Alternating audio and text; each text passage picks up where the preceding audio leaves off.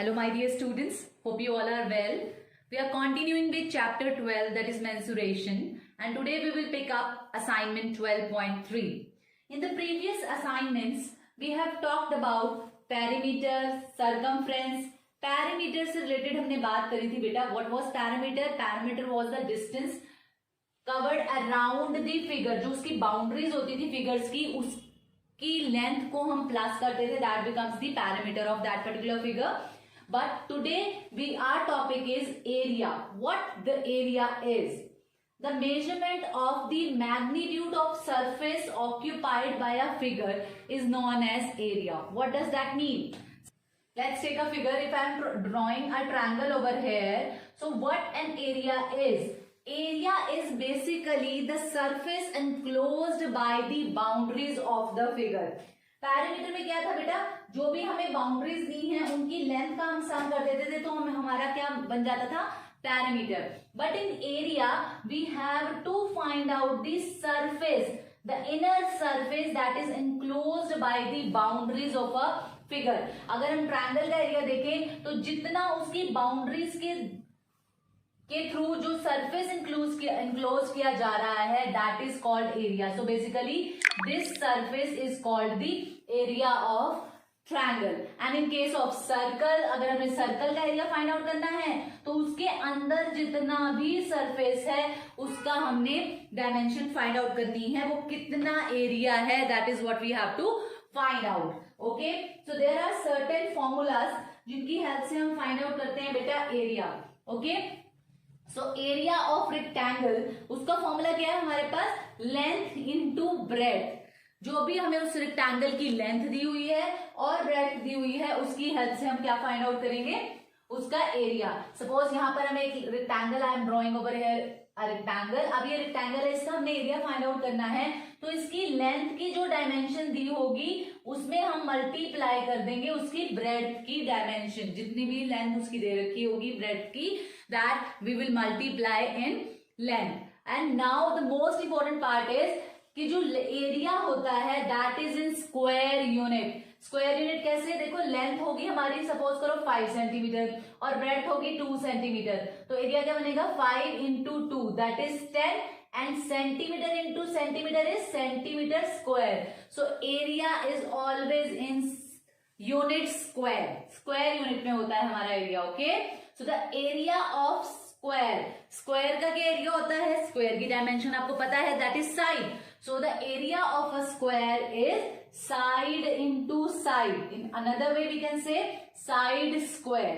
Okay, so the area of triangle is half into base into height.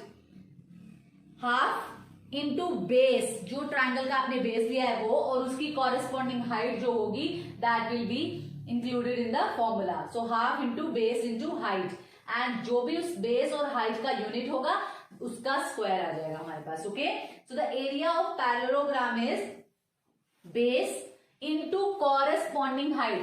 जो आपने base लिया है parallelogram का उसकी कॉरेस्पॉन्डिंग हाइट, उसी बेस पर जो उस पैरेललोग्राम की हाइट है that we will take in the formula. Okay, so that also comes in square unit.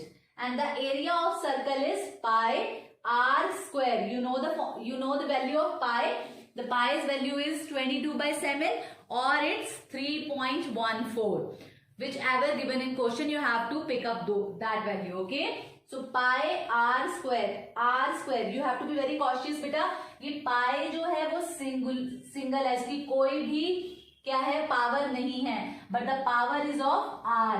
जो रेडियस की वैल्यू होगी उसका आपने स्क्वायर करना है. So the formula is pi r square. Hope these formulas are clear. You have to learn these formulas. Now I am taking the questions from your assignment 12. Okay students, now question number 5. Question number 5 is find the altitude of a parallelogram whose area is 2.25 meter square and the base is 250 centimeter. Now you know the formula of the area of parallelogram, that is base into height. Height and altitude both are same. ठीक है, they are synonyms. Now area of parallelogram आपको given है 2.25 metre square, base आपको given है that is 250 centimetre. But बेटा हम ये जो बेस है और एरिया को इकट्ठे तभी यूज कर सकते हैं if their units are same. अब एरिया आपके पास मीटर स्क्वायर में है तो इट्स बेटर कि जो आपको सेंटीमीटर में बेस दिया है उसको आप कन्वर्ट कर लो मीटर में। You know that 100 centimetre is equal to 1 metre, so 1 centimetre is equal to 1/100 metre. 250 centimetre किसके इक्वल होगा? 1/100 इंटू 250 मीटर। सो 0 से 0 cancel, so 25/10 that is 2.5 meter. So 250 centimeter is equals to 2.5 meter. I can write over here.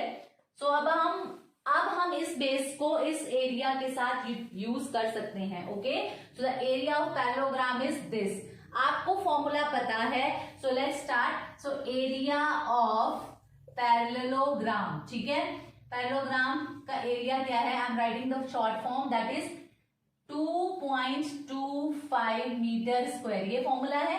And हमें formula पता है that is base into altitude और height, you can write both, altitude and that is 2.25 metre square. Base आपको given है, हमने अभी metre में convert किया है, that is 2.5 metre and it is altitude and that is 2.25 metre square. अब हमने एल्टीट्यूड ही फाइंड आउट करना है, so we will keep altitude here, और जो 2.5 है बेटा यहाँ पर मल्टीप्लाई हो रहा है, इधर जाके क्या होगा? Divide. So let's do it.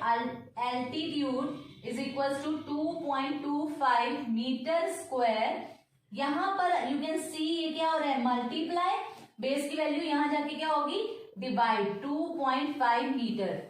अब 1 मीटर से 1 मीटर कैंसिल हो गया, so we are just left with the metre in the numerator. इसको सॉल्व करना है, 2.25 ओवर 2.5।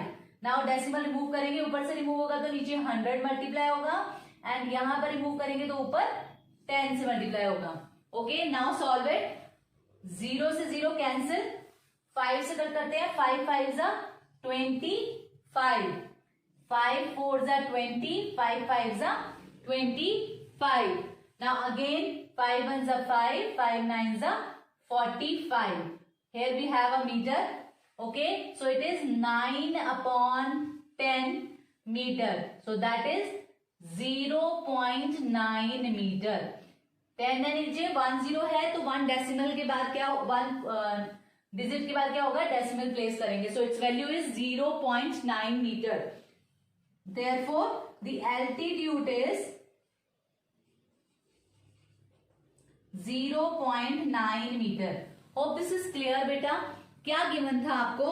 पैरेललोग्राम में आपको पैरेललोग्राम का एरिया गिवन था एंड बेस भी गिवन था।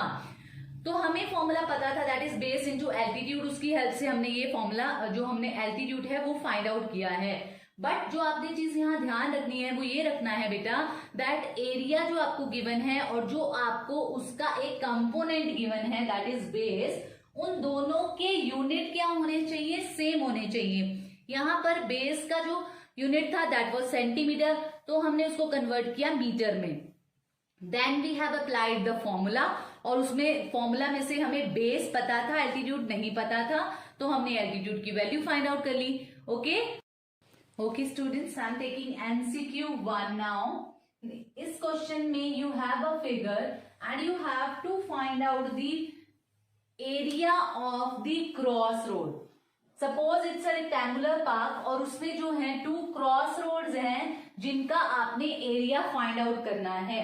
Okay, so you can see जो क्रॉस रोड हैं they are in the form of rectangle. You can see rectangle 1 is this. Okay, I am naming it. It is rectangle 1 and it is rectangle 2. Alright. So हमने जो cross road का area बेटा find out करना है, in this case अगर हम rectangle 1 का area find out कर लें और रेक्टेंगल 2 का एरिया फाइंड आउट कर लें और उन दोनों एरियाज को हम ऐड कर दें, we will get the area of cross road. Okay, but you can see beta when I am about to find out this area, जब मैं ये एरिया फाइंड आउट करती हूं तो ये रेक्टेंगल की फॉर्म में है, तो मुझे इसमें क्या चाहिए? लेंथ और ब्रेड्थ चाहिए. So breadth I have that is 2 metre और लेंथ विल बी दिस, जो बड़े वाले रेक्टेंगुलर फॉर्मेट की है. So this will be the length of this. तो आई कैन से जो ये लेंथ होगी इस फर्स्ट रेक्टेंगल की that will be 200 metre. Okay, so इसकी लेंथ कितनी है? दैट इज 200 मीटर, ये पूरी की पूरी. ऑलराइट, और ब्रेड्थ हमें पता है दैट इज 2 मीटर, तो एरिया हम इजिली फाइंड आउट कर लेंगे.